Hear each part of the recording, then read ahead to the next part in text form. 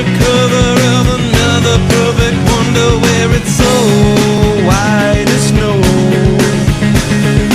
Privately divided by a world so undecided, and there's nowhere to go. In between the cover of another perfect wonder, and it's so white as snow. Running through the field where all my tracks will be concealed, and there's nowhere to go. Oh!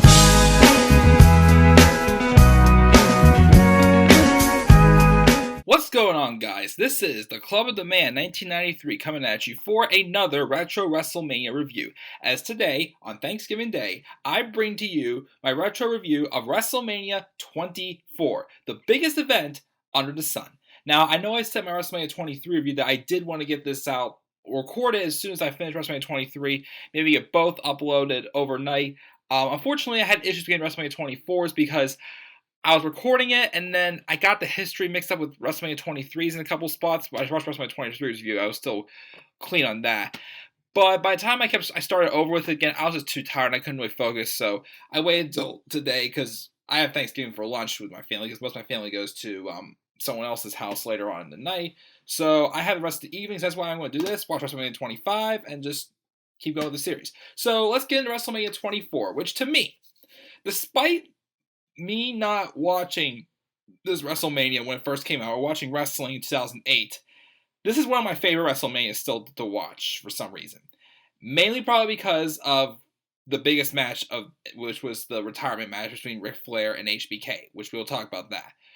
And I gotta say, overall, it's still a good pay-per-view. I'd say it's probably one of the better WrestleManias, I'd say, we gotta say, because of, the retirement match and, other little things that happen in here as well. It's not the greatest. I'd say it's on the level of WrestleMania 22, except a little bit more known than WrestleMania 22, in my opinion. But let's get right into it and talk about the show. This show took place on March 30th, 2008 at the Florida Citrus Bowl in Orlando, Florida. The same location as WrestleMania 33 that happened this past year. Now, again, a lot of these matches were good, and we had some good storytelling also for leading up to this show. But there were some matches that weren't really, were a little off, and some storytelling that wasn't really good. And that's what the case was for this first match, the opening match, which was JBL taking on My Name is Finlay, and I Love to Fight, in a Belfast brawl. For the match itself, it was good. It was a solid match, just basically two hard-hitting veterans using weapons. JBL won the match, but the story about this match was a little So I talked about this in WrestleMania 23's review. Mr. Kennedy won Mr. Money in the Bank. I'm sorry, let me do that again. Mr. Kennedy! He won the Money in the Bank in 2007, WrestleMania 23. And the goal was for him to become a main event star and have a championship match against Triple H at WrestleMania 24. Well, however, though, now here's the thing. I thought I heard somewhere that he was suspended for a violation of the wellness policy. But then I also heard that he was injured. But either way, when he came back, he did recover. So he was supposed to be Vince McMahon's illegitimate son. That storyline took place in 2007. However, after Kennedy went out of the picture, it was replaced by Hornswoggle. And, I'm sorry, but I don't know about you, but I just was never really entertained by Hornswoggle. It came out, it was just like, all right, whatever. Wasn't like, yay, it's Hornswoggle. It was like, whatever. So that whole storyline kind of fell through the floor. And then this match happened because JBL revealed that Hornswoggle was never Vince McMahon's son. He's actually Fit Finlay's son. So they just went after Fit Finlay for that. Again, the match was good, but the storytelling was just meh. But again, the brawl was still good. Good opening match. We then had the fourth Money in the Bank ladder match. It featured John Morrison, Carlito, Shelton, Benjamin, CM Punk, Mr. Kennedy. the United States Champion, MVP, or Montel Vadavius Porter, and the Intercontinental Champion, who was his first WrestleMania since 2005, Chris Jericho. 2008 was a great year for Chris Jericho. If you don't believe me, go back and watch his feud with Shawn Michaels. I have seen pieces of that. Not all of it, but I've seen good pieces of that. Him and Shawn Michaels were just meant to feud with each other and would turn out good. But he was the Intercontinental Champion going into this match. And it was still a great match. The Money in the Bank ladder matches don't cease to disappoint me. This one just wasn't really the greatest one I've seen. It wasn't as dramatic as some of the past ones where there was some nasty bumps in the match, but I don't think it was as as high up as a dramatic match compared to how it was.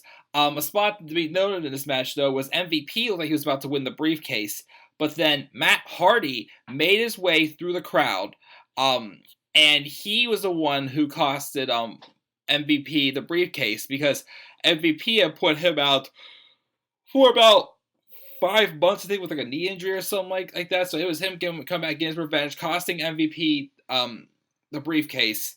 And then for the first time, in first of 2 times, CM Punk won the Money in the Bank briefcase. Awesome. I had nothing against that. He would go on to cash it against Edge. I can't remember how long his title reign lasted. I think that's for a couple months this year. But it wasn't really one of those title reigns that stood out. Now, the one in 2009, though, was a different story, but we'll talk about that one next year. But CM Punk wins. Awesome. It was still a good match, but wasn't probably the best Money in the Bank match you've seen, but it was still good. But then we get into some not-so-good matches. First, it was the Raw versus SmackDown match. Each commissioner, William Regal for Raw and Teddy Long for SmackDown, each picked a representative just to go at each other for, bragging rights purposes. For Raw, it was Umaga, and for SmackDown, it was Batista. Now, I've said before, Batista, was great. This was probably during Batista's greatest run. It was around this time, the late 2000s until 2010 when he left WWE. I was talking about him enough last year. But then Umaga, as I said before, was someone who probably was underbooked. Kind of like Wade Barrett, how it's he never really, after he got that first opportunity for the WWE title, he never really got there again. And he was basically just stuck in just mid-card feuds for most of the rest of his career before he left in 2009. But this match was wasn't really too great.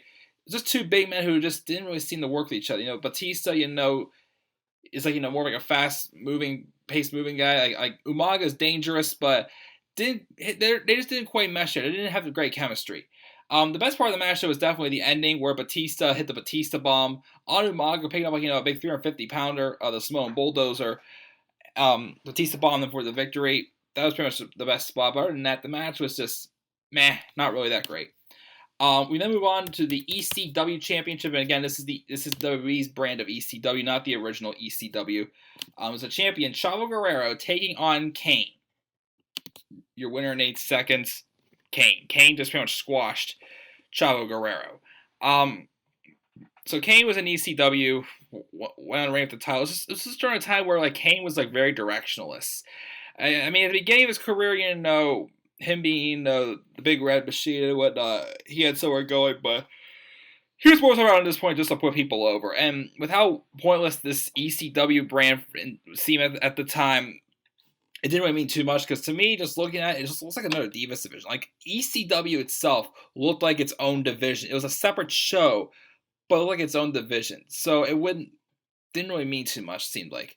Kind of like 205 Live these days, anybody? So pretty much anybody who just wasn't getting anything else to do went to ECW. But that was that. But then we get to the match of the night. By far the best match of the night. And a WrestleMania classic.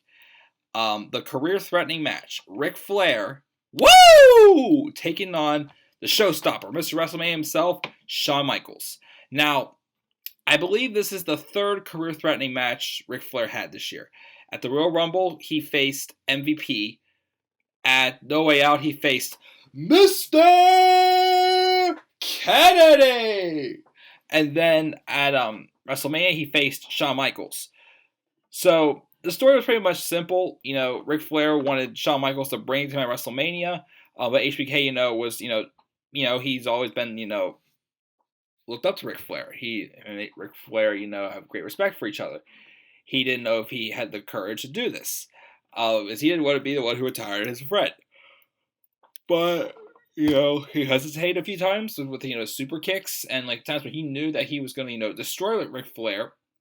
But Ric Flair, at 59 years old, was still able to hang in there and put on a really good match and make shown that the tactics he performs. Being the dirtiest player of the game, he did do a low blow with like a scoop kick on HBK, and the figure four leg lock. He was able to do it all and just still be Ric Flair and put on a great match despite being 59 years old. Shawn Michaels, again, he had some spots there where he was resisting of doing the sweet chin music. There was also another time where I thought he really hurt himself, which I think he may have, but I don't know how bad it was. It was when he did a moonsault, but Flair got out of the way. But then from Michael's waist down, it hit into the table, and the table collapsed. So I'm like, wow. And Shawn Michaels wasn't the biggest guy out there, but I was surprised he ever did that. But I was surprised he didn't get hurt, like hurt his waist, since half his body was on a table, half of it wasn't. That looked like it was pretty painful. But then the part that I always remember was towards the end of the match. We have Shawn Michaels. He had knocked down Ric Flair, and Ric Flair's time was struggling to get up, just like, come on, bring it to me, bring it to me.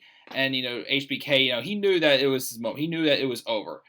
Even though he didn't want to do it, he knew it was what he had to do and what Ric Flair would do if he was in that position. So he's standing there just looking down, look back up. You see him starting to cry a little bit, and he goes, "I'm sorry, I love you." Sweet chin music, pins him, and then as soon as the match is over, he hugs Ric Flair, kisses his forehead, and he's crying as Shawn Michaels does beat Ric Flair to retire him. Now, this is Ric Flair's last match in WWE. He does have a few matches in TNA after this, but a lot of people don't like to talk about that. But Shawn Michaels did leave the ring immediately. He left the ring for Ric Flair to get a standing ovation, as he was taking a bow. He was inducted to the Hall of Fame this year also. He went down and shared moments with his family. We even saw Charlotte there. Well, she wasn't called Charlotte. She was still called by her real life name, Ashley. But looking at her thinking, wow, 8 years she'll be, 9 years she'll be headline WrestleManias as well, as being one of the best in the business. He shared that moment. He exited. Just a great moment. When someone says WrestleMania 24, I think of this match definitely. It's an instant classic. The storytelling was just great in there. And again, Shawn Michaels, I probably said last year, Shawn Michaels at this time, he didn't need championships to be, solidified as one of the greatest performers of all time. All you need to do is put on good matches. He didn't have to win a championship, but he just had to put on great matches. And that's exactly what he did right here. And we have 2 more WrestleManias left with Shawn Michaels in them. And they're both against the same opponent. And next year's WrestleMania match is possibly the greatest WrestleMania match of all time. But that was a classic. We then move on to this Playboy Bunny Mania Lumberjill match. It was Beth Phoenix and Melina taking on Maria and Ashley, and Maria is in fact Maria Kanellis. Santino Marella, Mr. I wasn't ready, was in the corner for Beth Phoenix and Melina. I gotta say, the last couple WrestleManias, I feel like the women's stuff was toned down a little bit, despite being still in the TV14 era. But this actually was the last WrestleMania in the TV14 era before the WWE went PG. But this, again, it was after starting back last year, as I probably said. This was when women's wrestling became very irrelevant in the WWE. I think it was this year or last year, I can't remember which year it was, where they introduced the Divas Championships. We had 2 championships until I think they were both merged. So that's why we have one women's championship on Raw and one on SmackDown. But it was on a time where it's WWE more cared about what they looked like rather than how talented they were in the ring. And that was just the case right here. This all happened after we lost Lita and Trish. So now it's like Mickie James and Beth Phoenix, who's Beth Phoenix has now got up to the Hall of Fame this year. They tried to carry. I mean, they were able to stand out themselves, but the rest of the division just didn't really, build up with them around. And that's what happened here. It was just, short match, barely got any offense in, boring, just didn't really mean anything. Beth Phoenix and Melina win the match. Then we get a triple threat match for the WWE Championship. Randy Orton, the champion, taking on John Cena and Triple H. Now, the story behind this match, this was the year where last year, I forgot to mention this in last year's WrestleMania, but WrestleMania 23, Triple H was out with an injury. He had to watch from the sideline. John Cena was in the feud with Randy Orton in 2007 when he suffered a major injury. I can't remember what exactly it was, but it was going to keep him out for 6 to 12 months. So he was definitely going to miss WrestleMania. But the story was when he came back after only 4 months and he appeared as number 30 in the Royal Rumble, he won, but then he wanted to get his hands on Randy Orton right away. So they had a match at No Way Out. It was a screwy finish, but then Triple H won the qualifying match, the Elimination Chamber. So that's how it became a triple threat match. So it's pretty much Randy Orton taking on two guys returning from big injuries. And the match was still good. We've seen these three go at it, like whether it's just a triple threat. I think we got in 2009 at Night of Champions, or whether it's just them face off in one-on-one matches together. So we've seen how many times, especially Randy Orton and John Cena. How many more times are we going to see that match happen? But I can't say it was a bad match. It was still good. It was entertaining. It's just a standard match that we would get between these two. Randy Orton won after Triple H did hit the pedigree on John Cena, and Randy Orton punted Triple H in the skull and pinned Cena for the victory to keep his title. This is where Randy Orton was transitioning more into his Viper gimmick. And in 2009, I think was when he reached, his highest peak. It's like, this was like, probably the prime of his career, his best moments. Especially when he became the Viper next year with his feud with the McMahon family. Despite the fact that the match at WrestleMania 25 didn't really, work out too well. But this was where Randy Orton was really, becoming Randy Orton that's probably going into the Hall of Fame today. So he wins. I know Cena eventually does win the title off of him, I believe, like not too long after this. But Cena did go out again with an injury, and he returned later in the year against Chris Jericho whenever Raw and SmackDown swapped titles. So that's when he went on a run with the World Heavyweight Championship. But yeah, that is pretty much all we have for that match. We got this no disqualification celebrity match. It was the world's largest athlete, the Big Show, taking on the world's greatest fighter, Floyd Mayweather. So pretty much this match turned into an anything goes, no disqualification match. People thought this was going to be, in Floyd Mayweather's advantage. But then when it did that happen, more of a wrestling match, that's when people started to doubt Floyd Mayweather. Now, again, Big Show was the heel. It was just a bully, Big Show being a bully, and then Floyd Mayweather being the small little guy who wants to stick up, just to stand up to him. And I'm sorry, I mean, the match is still good, but the acting by Floyd Mayweather, who's supposed to be the baby face, didn't work out. And at times, I felt like Big Show was a face in this, and Floyd Mayweather was the heel. You had like all these people at ringside for Floyd Mayweather, people like his boxing friends and whatnot, and Big Show's just doing a standard wrestling match, and on the sidelines saying stuff like, "Oh, you can't do that. You're not allowed to do this. You can't be doing this." Blah blah. It's like it's a wrestling match. They're supposed to be doing the stuff that he's doing. Just slamming him down, or striking him in his arm. Walking on top of him like it's Big Show does as a heel. Just walks on top of him because this 440-some pounds is going to squash a 158-pound man. They do try to pull Mayweather out of the match, and Big Show goes back and pulls him back in. And then Mayweather uses brass knuckles on Big Show to win by knockout. So, again, I mean, it was the match is still good. Probably one of the better celebrity matches we've had. But again, it was just weird in a way that Floyd Mayweather was supposed to be the babyface, but he felt more like the heel, and it felt like the crowd did kind of turn on him after a while. He didn't get the biggest reaction whenever he won. But Floyd Mayweather wins. We get to the main event, which was a feud that took place for most of 2008. It was for the WWE World Heavyweight Championship. Edge taking on The Undertaker. Now, this was a time where Edge was probably, at the hottest point in his career, being World Heavyweight Champion. I believe next year was where he goes to get the WWE Championship at Elimination Chamber after he lost it. But then he, no, wait, that couldn't have been that year. Was it? Might have been another year. But anyways, either way, whatever it was, he faced Batista. I mean, not Batista. Him and Undertaker had a lot of matches this year. And this is at the time also where Edge was aligned with Vicky Guerrero, and of course the Edge heads as well. We see Zack Ryder and Face the Facts, Kurt Hawkins appear at this WrestleMania as well. And him and Undertaker had some pretty good matches in 2008. I think their best one was those at Hell in a Cell at SummerSlam. I gotta watch that match, but that's what a lot of people tell me that was their best match. This match was still good for what it was, though. I know it wasn't probably their best match, but it was still solid.